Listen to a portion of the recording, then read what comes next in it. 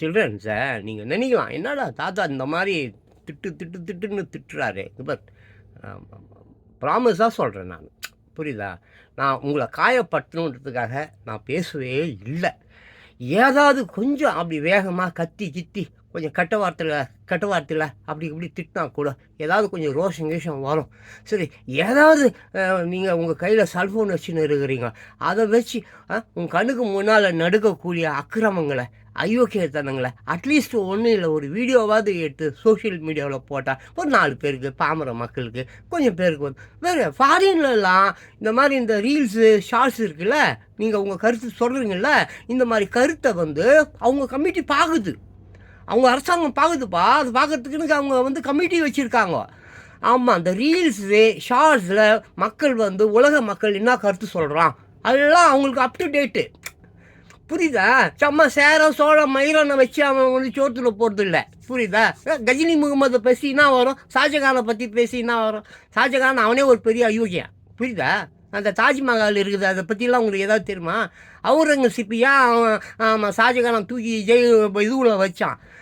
தாஜ்மஹாலை ஓப்பன் பண்ணும்போது ஷாஜகான் ஜெயிலு உள்ளே இருந்து தான் அந்த பார்வையாளர்களெல்லாம் பார்த்து அழுதானா. அப்படிலாம் கதைக்குது, அதை விட்டுரு. நான் என்ன தெரியுமா சொல்ல வரேன், இன்றைக்கி தான் நமக்கு முக்கியம். நேற்று செத்து போச்சுப்பா, நாளைக்கு தெரியாதுப்பா. தாத்தா இப்போ பேசின்னு இருக்கிற அந்த செகண்டுக்கு உயிரோடு இருப்பானான்னு கூட தெரியாது. ஆனால் இருக்கிற கொஞ்சம் கொஞ்சமாவது சந்தோஷமாக வாழணுன்னா அதுக்கு இந்த அரசாங்கம் ஒன்று விடலையப்பா. ஸோ அடுத்த வேலைக்கு சோறு இல்லாமல் நீ பாட்டு மயிலாச்சின்னா அவன் கூப்பிட்றான்னு போயிட்டு வெயிலில் போய் அந்த கிழவிங்களை ஓட்டி விட்ற 200 அந்த ஊப்பிக்கு அர்த்தம் என்ன தெரியுமா?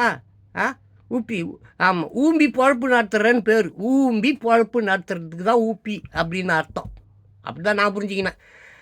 அந்த கிழவிகளை கூட்டின்னு போய் விட்டாயா ரோட்டில், பாவம் அது மத்தியானத்தில் சோறு தண்ணி இல்லாமல் கொடியை பிடிச்சின்னு மயங்கி கீழே வந்து சாவுது. என்னதான் இருந்தாலும் சரி, தாத்தா திட்டுறேன். இருந்தாலும் தாத்தாவுக்கும் இறக்கும் மனசு குணம் இங்கன்னா இருக்கிறதுனால தான் கத்துறேன். புரியுதா? வாடா போடான்றேன்னா அந்த அளவுக்கு மேலே பாசம், அதனால தான் வாடா போடா அப்படின்றேன். வாங்க போங்கன்னா தூரத்தில் விட்டேன்னு அர்த்தம். வா சார் போ சார்னா தூரத்தில் விட்டேன்னு அர்த்தம். புரியுதா? நான் என்ன சொல்கிறேன் வரேன், தயவு செஞ்சு கொஞ்சம் இந்த கட்சிக்காரங்க எல்லாம் அந்த தேர்தல் டைமு நிறைய வாக்குறுதி கொடுப்பான், எதையுமே பண்ண மாட்டான். 40-50 வருஷம் தான், தாத்தாவுக்கு 62 வயசு ஆகுது, 50-60 வருஷமாக இதே பையன் சொல்லின்னு இருக்கிறான். பாவம் ஏழை மக்களை இந்த தமிழ்நாட்டில் ஏமாத்துற மாதிரி எந்த நாட்டிலையும் எவனும் ஏமாத்தலை. நல்லா பாரு, போய் நியூஸ் பாரு. தாத்தா இன்னும் சும்மா வந்து வளரலை. புரியுதா? பாரு, நியூஸுங்க படி. உலக நாடுகளை 195 நாடு இருக்குது, உலக நாடுகளை போய் கவனி. ரொம்ப இந்த இந்தியா மாதிரி ஒரு கேவலமான நாடு எங்கேயா இருந்தால் சொல்லு, தாத்தா வந்து தூக்கு போட்டுட்டு செத்துடுறேன். சரியா? கொஞ்சமாவது பிள்ளைங்களை நினச்சி பாருப்பா. இளைஞனை வாலிப பெண்ணு, பாவண்டா, ஊர் இல்லைடா உனக்கு, வாடகை வீட்டில் இருக்கிற பாவண்டா. டே பாவம், உங்களை பார்த்தா எனக்கு ரொம்ப வேதனையாகுதுடா. நான் வெளியில் போகும்போதெல்லாம் பார்க்குறேன், நான் பஸ்ஸில் போகும்போதெல்லாம். இப்போ சின்ன வயசுலேருந்தே தாத்தாவுக்கு படிக்கிற பழக்கம், சின்ன வயசுலேருந்தே.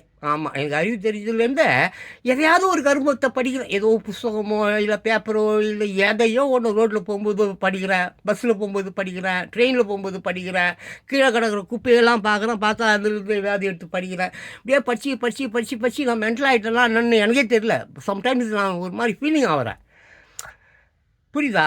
நான் ஒரு வேளை நான் நல்லா அது மாதிரிலாம் படிச்சு இருக்கிறதுனால தான் எவன் கூடயும் நான் ஃப்ரெண்ட்ஷிப் வச்சுக்கிறது இல்லை. எனக்கு ஃப்ரெண்ட்ஸுக்குன்னு சொல்ல எவனும் கிடையாது.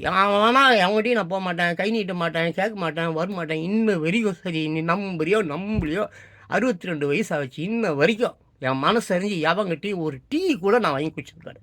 ஓசி டீ பத்தாக்குறைக்கு நான் டெய்லி நிறைய பேருக்கு வாங்கி கொடுக்குறேன், அதை பற்றி பேசக்கூடாது. ஆமாம், கொடுப்பவனாக இருன்னு சொல்லுது பைபிள் என்ன சொல்லுது? கொடுப்பவனாக இரு, பெறுபவனாயிராதே. பெறுபவனாய் மீன்ஸ் வாட்? பிச்சைக்காரனாக இருக்காத அப்படி சொல்லுது. எங்கள் அப்பாவும் எனக்கு அதான் சொன்னார். ஜான், ஒரு நாளைக்கு அந்த காலத்துலேயே சின்ன பிள்ளையிலே ஒரு நாளைக்கு ஒரு 50 பைசாவாவது சம்பாரிடா அப்படின்னார். ஒரு நாளைக்கு 50 பைசா. இன்றைக்கி வந்து 50 பைசா பத்தாது, இன்றைக்கி ஒரு 500 வேணும். இன்றைக்கி காலகட்டத்துக்கு ஒரு 500 இருந்தால் அட்லீஸ்ட்டு கொஞ்சம் அப்படி சாப்பிட்டு அப்படி ஜாலியாக இல்லை டான்ஸு கீன்ஸ்லாம் போட முடியும். இல்லைன்னா அது முடியாது, கஷ்டம். நான் ஒரு நாளைக்கு ஒரு 500 சம்பாரிச்சிடுவேன். அதை பற்றி ஒன்றும் பிரச்சனை கிடையாது. எனக்கு நிறைய ஆண்டவர் பின்னத்தில் எனக்கு நிறைய தொழில் தெரியும், நிறைய கைத்தொழில்கள் எனக்கு தெரியும். டான்ஸ் ஆடுவேன், அது பண்ணுவேன், ஸ்போக்கன் இங்கிலீஷ் ஊழலாக போய் ஸ்போக்கன் இங்கிலீஷ் சொல்லி கொடுப்பேன். அதை விட்ரு, என்னை பற்றி பிரச்சனை கிடையாது, என் குடும்பத்தை பற்றி பிரச்சனை கிடையாது. நாங்கள் கொஞ்சோண்டு பேர் தான், எங்களுக்கு சொந்த ஊர் தான். நான் போய் வாடகை கடைலாம் கொடுக்க வேண்டாம். அதனால் அந்த மாதிரி ஒரு பெரிய கஷ்டம்லாம் எனக்கு கிடையாது. ஆனால் நீ வாடகை இல்லாமல் சோறு இல்லாமல் ரோட்டில் இப்போ உங்கள் குழந்தைங்க எல்லாம் பிச்சை எடுக்கிறத நான் பார்க்கும்போது ரொம்ப வேதனைப்படுறேன். எனக்கு ரொம்ப வருத்தமாக இருக்குது. வேணும்னே சில பிச்சைக்காரனுக்கு போய் பிச்சை எடுக்கிறான், அவனெல்லாம் செருப்பால் அடிக்கணும், அவனெல்லாம் ஊக்குவிக்கக்கூடாது. பார்த்தா தெரியும்பா ஒருத்தன் பசியில் இருக்கிறானா பசியில் இல்லையா, அவன் ஏமாத்துறானா. இந்த பஸ் ஸ்டாண்டில் நின்றுக்கிட்டு அப்படியே பர்ஸை தொலைச்சிட்டேன், நான் ஊருக்கு போகணும், கொஞ்சம் காசு இருந்தால் கொடுங்க, நான் எப்படியாவது என் ஊருக்கு போயிடுவேன்னு சொல்லிட்டு நிறைய பேர் துடிக்காப்பான். அவன் பார்த்தவொடனே தெரியும் திட்டு புறம்போக்கு இது அது எல்லா ஊர்லேயும் இருக்கும், எல்லா பஸ் ஸ்டாண்ட்லேயும் இருக்கும், எல்லா ரயில்வே ஸ்டேஷன்லேயும் நின்றுட்டுருக்கோம். ஆமாம், நம்ம ஊருக்கு போகணும், காசு கொடுக்கணும், வாங்கி காசை கொடுத்த உடனே அடுத்த நிமிஷம் போய் கட்டிங்கோ சரக்கு ஏதோ ஒன்று குடிக்கும். ஆமாம், நான் அதெல்லாம் ஃபுல்லாக வாஷ் பண்ணுறது தான் என் வேலையை. இதெல்லாம் நான் வாஷ் பண்ணுவேன். சரி, அது விட்டுரு. தயவு செஞ்சு நான் உனக்கு என்ன சொல்கிறேன், காலையில் வேலைக்கு வேலைக்கு படி, நிறைய படி, ஏகப்பட்ட மொழிகள் படி, எவ்வளோ மொழிகள் படிக்க முடியுமோ படி. வருங்காலம் ஆங்கிலம் இல்லாமல் ஹிந்தி இருந்தால் ஹிந்தி, ஆமாம், இது இல்லாமல் வருங்காலத்தில் குழந்தைங்க வாழ்வது ரொம்ப கஷ்டம்.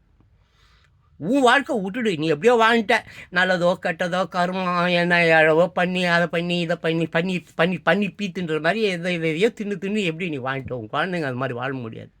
உன் குழந்தைங்க பார்த்தேன் நான் அதுக்கு கூட பேசுகிறேன். 3 வயது 4 வயது 6 வயது குழந்தைங்க கூட பேசுகிறேன்.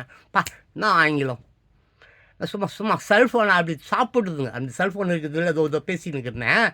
இதில் நமக்கு தெரியாத எவ்வளோ விஷயங்கள் அதுங்களுக்கு தெரியுது. ஒரே ஒரு குற்றம் வேணால் அந்த குழந்தைங்க மேலே சொல்லலாம். என்ன கேம் விளையாடுது, அப்படி இல்லைன்னா செக்ஸ் படம் பார்க்குது. ரெண்டுமே தப்பு கிடையாது. கேம் தானே விளையாண்டுட்டு போட்டோம்.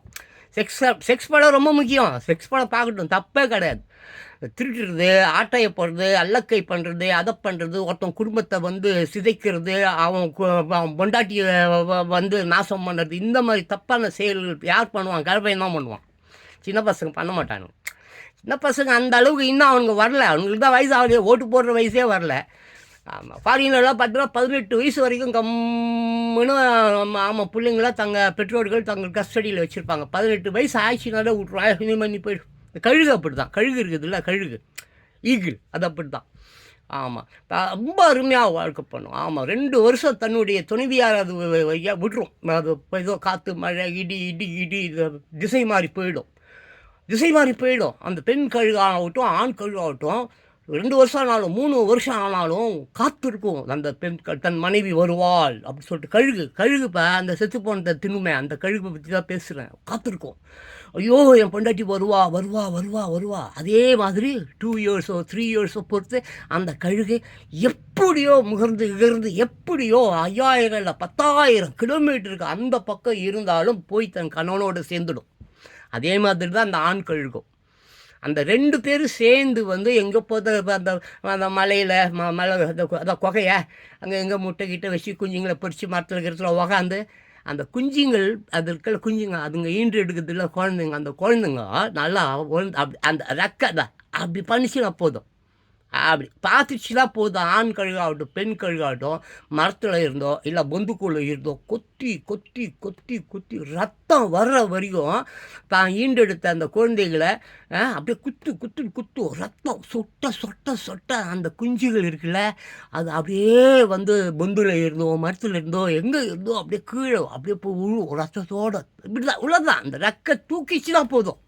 கழுகு கண்டுபிடிச்சி ரைட்டு, துரைக்கு ரக்கம் வந்துச்சு, இனிமேல் இவங்கள நம்ம கட்டுப்பாட்டில் வைக்க வேண்டாம், அவங்களே போட்டோம், அவங்களே உழைக்கட்டும், அவங்களே சம்பாதிக்கட்டும், அவங்களே சாப்பிட்டோம், அவங்களே அவர்களுடைய என்னது பேர் அதாவது லவ்வை தேர்ந்தெடுத்துக்கிட்டு சொல்லி விட்டுடும். எது அந்த ஆண் கழுகும் பெண் கழுகும், அதான் அப்பா அம்மா கழுகு என்ன பண்ணிவிடும், விட்டுடும்.